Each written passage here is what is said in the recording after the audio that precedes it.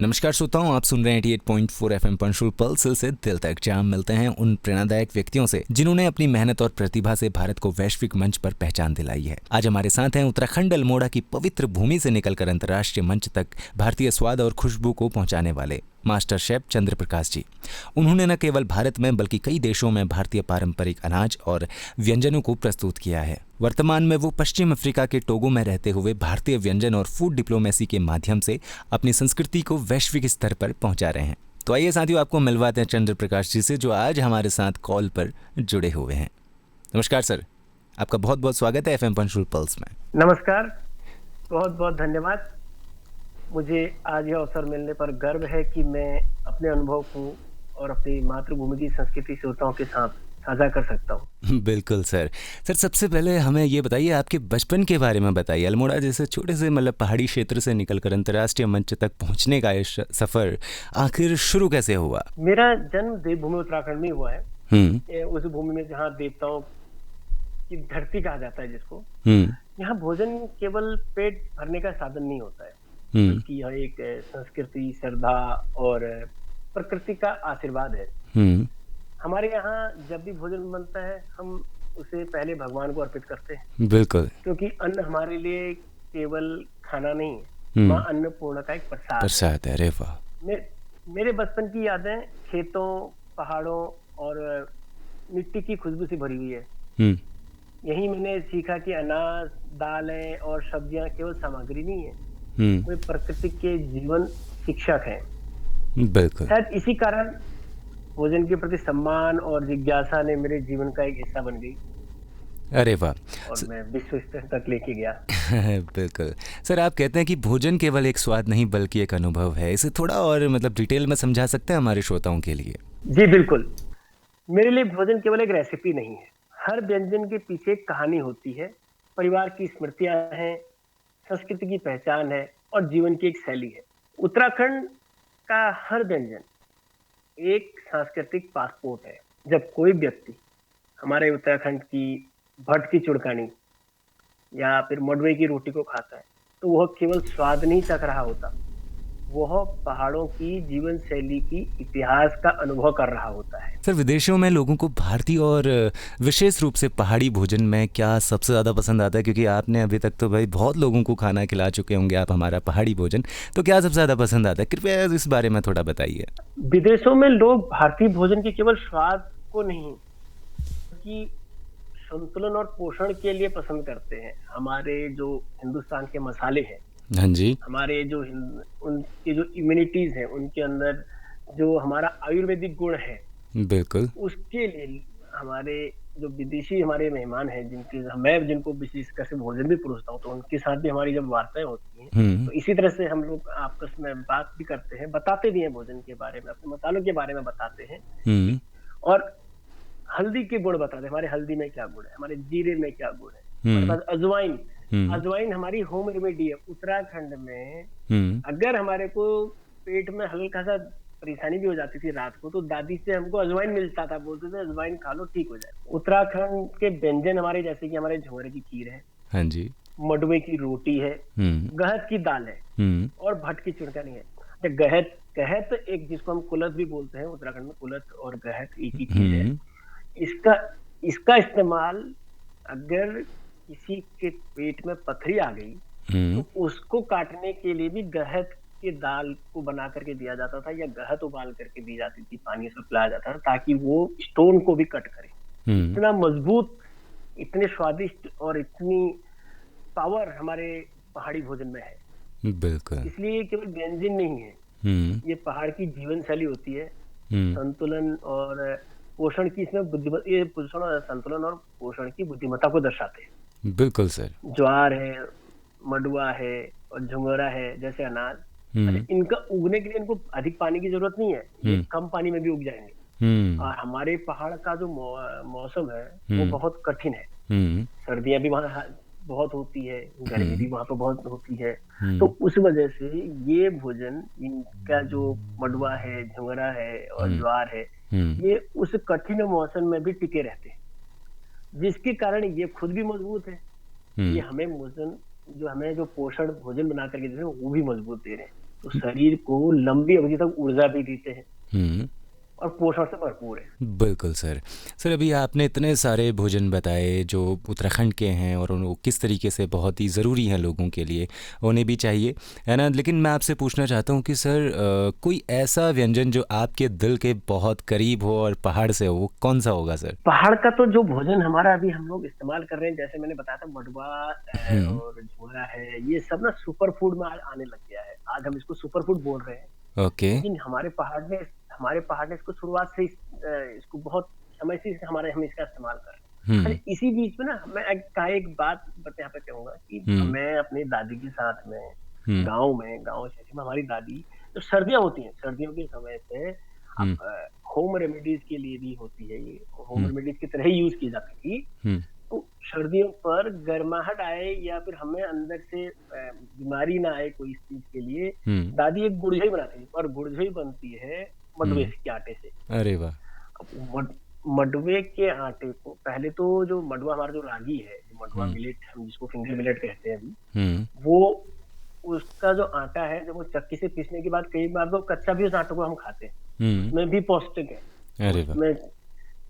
और अब उसकी गुड़झई बनानी है, अब उसकी गुड़झई बनानी है, हमारी दादी से हमने देखा, हमने दादी को देखा था मैंने कि कैसे हम्म। बनाती है। अब हम्म। हमने अपनी माता जी को भी हम देखते हैं, वो भी बनाती है। हम्म। तो गुड़झई बनाने के लिए थोड़ा सा आटा लिया, उसको घी में, लोहे की कढ़ाई, अच्छा कढ़ाई भी हमारी लोहे की है। हमारे हम्म। पास में मडवे मडवे में भी आयरन है। हम्म। मडवे में जो पौष्टिक उसमें है वो आयरन है, उसमें फाइबर है। हम्म। उसके साथ अच्छा, शुगर की मात्रा बहुत कम है, शुगर हम्म। नहीं है हम्म। बिल्कुल। उसके साथ साथ उसको हम बना रहे हैं लोहे की कढ़ाई में, जो आयरन, जिसमें ऑलरेडी आयरन है। तो हम्म। आयरन, आप देखिए उसको, उसका पौष्टिक कितना मजबूत हो गया होगा। हम्म। तो उसको देसी घी में, घी भी घर का, हम्म। उसको सौते करके उसको भूनना है। हम सौते तो हम अपनी भाषा में बोलते हैं, होटल की भाषा में, लेकिन उसको हमने थोड़ा सा भूनने के बाद, हम्म।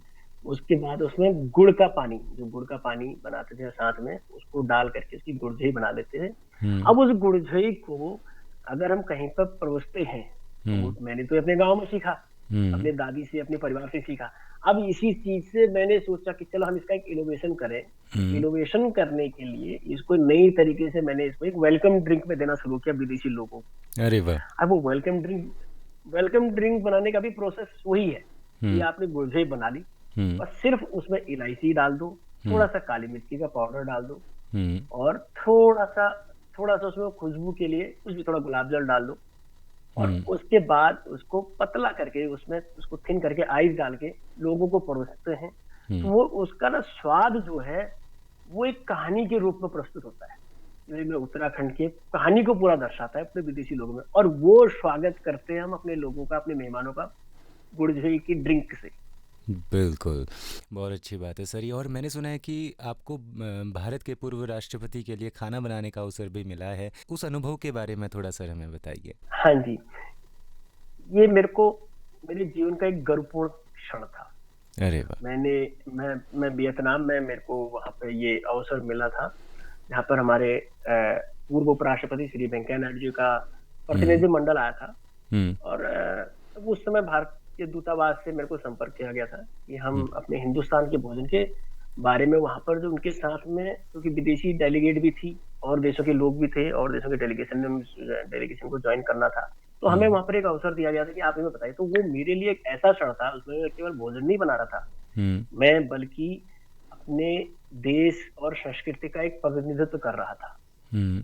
और उसके बाद मैंने अन्य डेलीगेशन के साथ भी किए हैं। फिर मैंने सऊदी अरब में भी मैंने किया है। सऊदी अरब के शाही परिवार हैं, उनके साथ, उनको भी अपने अपने भोजन के बारे में और उनके मसालों के बारे में वहां भी परोसा है। अरे वाह। बिल्कुल, ये तो बहुत अच्छी बात है सर। ये सिर्फ आपके लिए ही नहीं, हम पूरे पहाड़ वासियों के लिए भी एक गर्व का विषय है, क्योंकि देखिए पहाड़ों से बहुत सारे सैफ निकलते हैं जो इतना बड़ा सपना देखते हैं, और कुछ वो होते हैं जो आपकी तरह पूरा कर पाते हैं, लेकिन आपको देख के ही बाकी लोग भी मोटिवेट होते हैं। ये पूरे पहाड़ के लिए गर्व की बात है सर। और मैं अब आपसे पूछना चाहूँगा, उत्तराखंड की संस्कृति और भोजन का आपको आपस में क्या संबंध लगता है?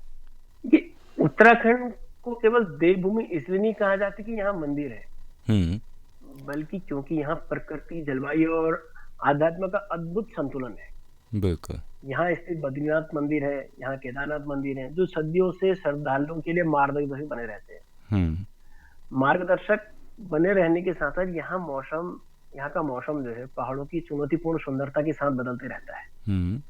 गुनगुनी धूप हमें मिलती है, ठंडी पर्वतीय हवाएं हमें मिलती हैं, बर्फ के ढके शिखर हैं, हरे भरे घाटियां और बहती नदियां हैं। अच्छा, आप अगर हमें एक्चुअल का तारामंडल देखना है ना तो उत्तराखंड आप पहुंचिए।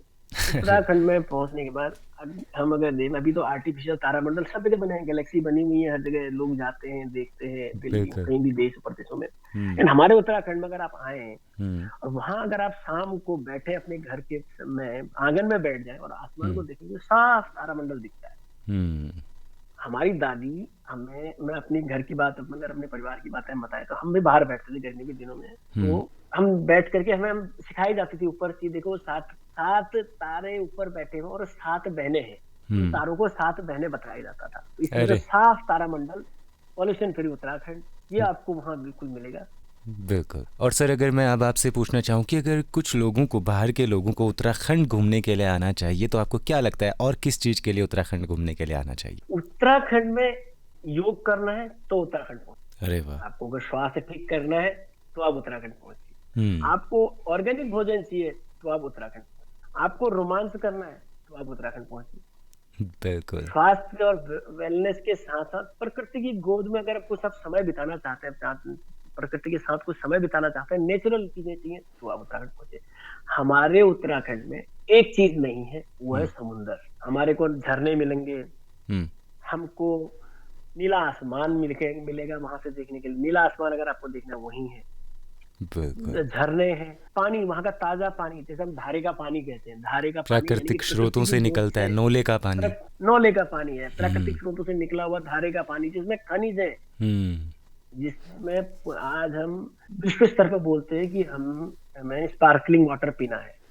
बिल्कुल। और नदियों का पानी भी यहाँ शुद्ध है। हमारा नदियों का पानी, जो नदियां हमारे वहां पे, नदियां पूजा में नदियां इस्तेमाल हो रही है, हमारे वहां पे जो पूजा होती है उसमें हम उन्हीं नदियों का पानी को लेके जाते हैं, ये शुद्ध है। बिल्कुल।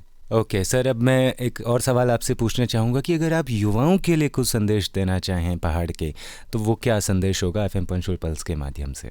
मैं अपने सभी युवा साथियों को ये कहूंगा कि आप अपनी जड़ों को मत भूलिए, जड़ों से जुड़े रहिए।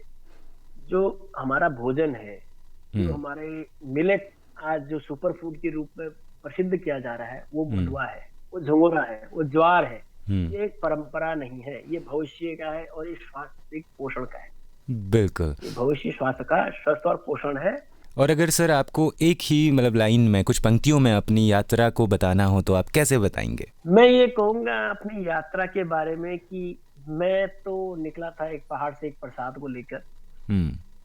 मेरा भोजन प्रसाद के रूप में परोसित किया जाता है पहाड़ों में, और आज विश्व मंच पर पोषण और सम्मान के रूप में परोस रहा हूँ।